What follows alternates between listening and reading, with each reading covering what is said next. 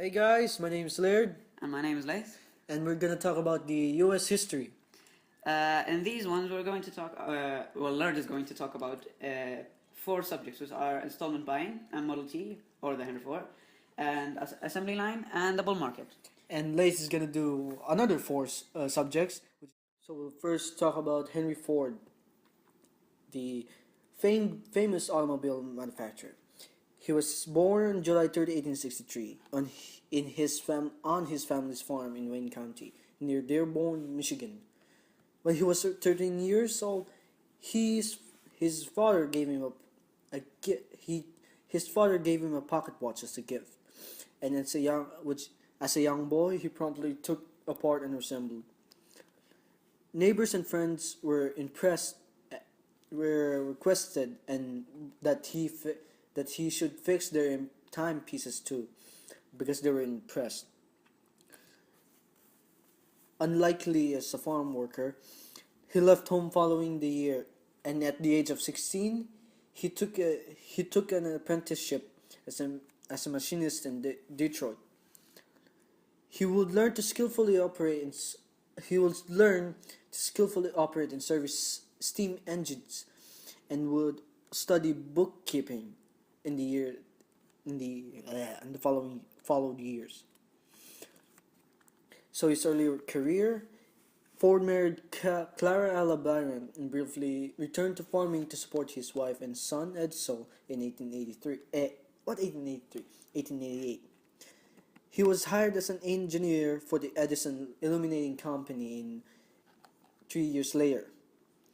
His natural talents earned him a promotion to chief engineer in 1893.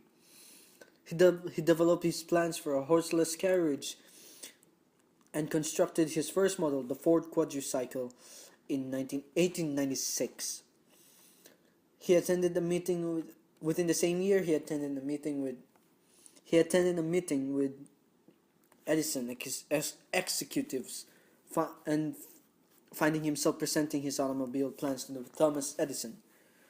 He built the second Henry Ford. Bleh. It encouraged Ford to build a second and a better model. Henry Ford established the Ford Motor Company in 1903 after a few trials building cars and companies. He introduced the Model T, his famous Model T, in October 1908, and the company posted 100% gains for several years. He became renowned for his revolutionary vision, the manufacture of an inexpensive automobile made by skilled workers who earned steady wages more than his profits. He sponsored the development of moving assembly line tech. Wait. Okay, I'm still remembering what should I say. He sponsored the development of the moving assembly line technique of mass production in 1914. He introduced the $5 per day wage as a method of keeping the best workers loyal to his company simultaneously. Simple to drive and cheap to repair, half of all cars in America in 1918 were Model T's vehicle. So now we'll be talking about the Model T next. Yeah. Now we're gonna talk about the famous Model T, also known as the Tin Lizzie. The Model T changed the Americans' life, work, and travel. Henry's revolutionary advancements in assembly line automobile manufacturing made the Model T the first vehicle to be affordable for a majority of Americans. More than 15 million Model Ts were built in Detroit and Highland Park, Michigan, and was also assembled at a Ford plant in Manchester, England, and at plants in continental Europe as an automobile. It was it was built by the Ford Motor Company, from 1908 until 1927. Affordable, conceived by Henry Ford, affordable transportation for the common man. It became it became the price for its became the price for its low cost, durability, versatility, and ease of maintenance.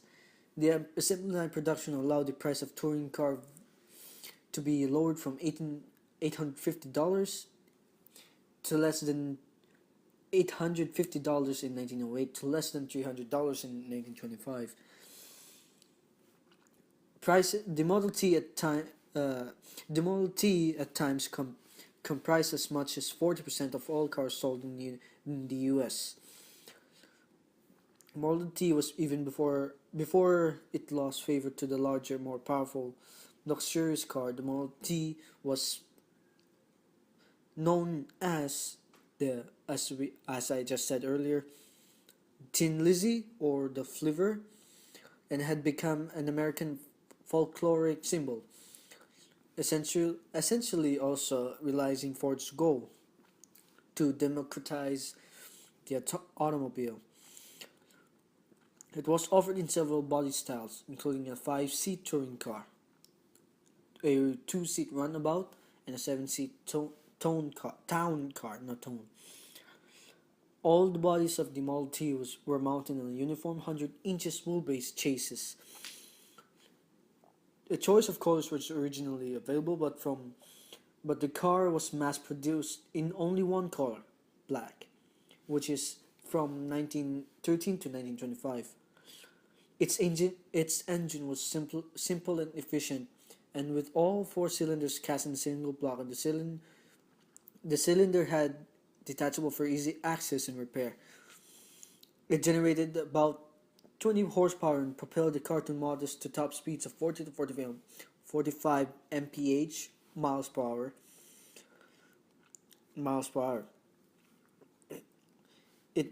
In most models, the engine was started by a hand crank, which activated a magneto connected to the flywheel. But some models were equipped with battery power, but some models were equipped with battery-powered starters after 1920, or in 1920, consisting of 2 forward gears and 1 reverse.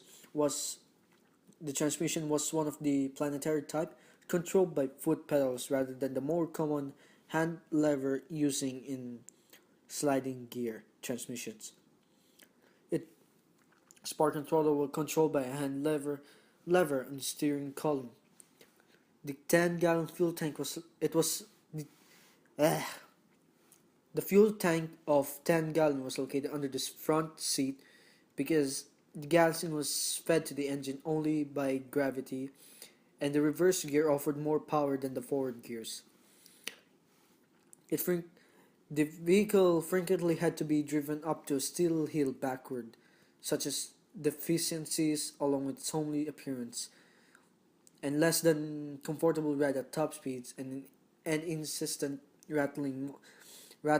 It made the Model T the butt of much affectionate humor in innumerable jokes, songs, poems, and stories. And now, so that's the Model T. It changed the lives of the U.S. civilization, actually the economy. So it changed their lives, and now they are really available to. So now we're talking about the Henry Ford's assembly line. Henry Ford installed the first moving assembly line for the mass production of an entire automobile in 1913. His innovation reduced the time it took to build a car from more than 12 hours to 2 hours and 30 minutes. He had been trying to increase the factory's productivity for years. His workers, who built the Model N cars, which is the Model T's predecessor, arranged the parts in a row on the floor, put the under construction auto on skids, and dragged it down the line as they worked. The streamline process grew more sophisticated later. He broke the Model T's assembly into 84 discrete steps and trained each of his workers to do just one. He hired motion study expert Frederick Taylor to make those jobs even more efficient also. He built machines that could Henry Ford built machines that could stamp out parts automatically. In the most significant piece of Ford's efficiency crusade was the assembly line. It was inspired by the continuous flow production methods used by the flour mills, breweries, canneries, and industrial bakeries, along with the disassembly of animal carcasses in Chicago's meat packing plants, and installed moving lines for bits and pieces of the manufacturing process. Workers built motors and transmissions on rope and pulley powered conveyor belts. He unveiled the he unveiled the piece de resistance, the moving chassis assembly line, in December 1933. He added mechanized belt that chugged along at the speed of 6 feet per minute in February 1914. Henry Ford produced more and more vehicles as the pace accelerated, and on June 4, 1924, the 10th Model T rolled off the Highland Park assembly line. Though the Model T didn't last any longer, in the middle of 1920s, customers wanted a vehicle that was inexpensive and had all the bells and whistles that the Model T vehicle had scorned and has ushered in the era of the automobile for everyone, not of everyone, for everyone. So as earlier, the Henry Ford's Model T and was introduced in 1908 because it was simple, sturdy, and relatively inexpensive, but not inexpensive for Ford, who had determined to build motor cars for a great multitude. He also lowered the price of his cars to so he lowered the prices of the cars from from highest to lowest, maybe $300 $850 to 100 maybe. American people can buy it and use it if they want to go to the work, they wanted to go to school, wanted to go someplace else. That's why he lowered the price, and he also figured that he will just have to find a way to build them more efficiently. So that's why he built the assembly line for more efficiency. So yeah, that also increased the installment buying. Installment buying. So next I'll be talking about the installment buying or buying installment. So yeah, that's the next step. So we're gonna talk about installment buying. So what is installment buying? Installment buying is the method of purchase in which buyer makes a small down payment and then pay off the rest of the debt in regular monthly payments. So uh, for example, like there's like 30 something percent, then like it's a down payment, so we have to pay for it, like we have to pay regularly, like for example it's usually 400 or 300 dirhams or dollars. Then it's just sales, so we get a down payment, and then after that we'll be paying regularly regularly monthly, or yeah. So how did installment buying increase the consumer spending in 1920s? Actually, to the answer to that is that it allowed us to spend over time. Again, if we have to like for example, if I really wanted a $10, I would have to save save up for it. Or I mean 10 dirhams, not dollar. So with installments, I could like just pay $2 a week for a little over a month and have the watch. If I can tell like the level of a fridge or washing machine, you can see how something you couldn't afford suddenly became seductively close. So with the installment buying, you can no longer had to have the self restraint to save cash and in a can and bring it in to buy something. So you can just like now you can only do a little a week instead of saving it. So that's actually installment buying. It's a little bit different from what you call it. So wait, installment buying and I guess it's a little bit different from the from other payments. So you have to pay regularly for it. So yeah, it's like that's how it is. Like it's how what the world come up is now. I mean, come come into installment buying. You have to like it allowed us to spend over time. Like for example, before credit, we could just only spend like 100% of our income, including on our money or credit card, and then we only need to pay 2% of the total monthly bill. So like spending the ability like our ability of spending could like double or triple over our basic take it home or take it out pay. So that's how it is. That's actually how uh, installment buying is, and it's actually more different from the regular version now. Regular version, and you know, it's different from the regular version. The regular version, you just have to pay them from like have to pay them. Too much work to do. Also have like regular versions of payment regularly. You have to pay them regularly. You have to pay them regularly, and those. Well, it's actually different from the installment buying. Well, that is actually yeah.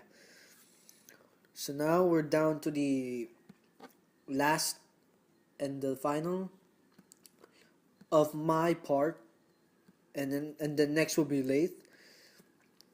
So it will be So yeah.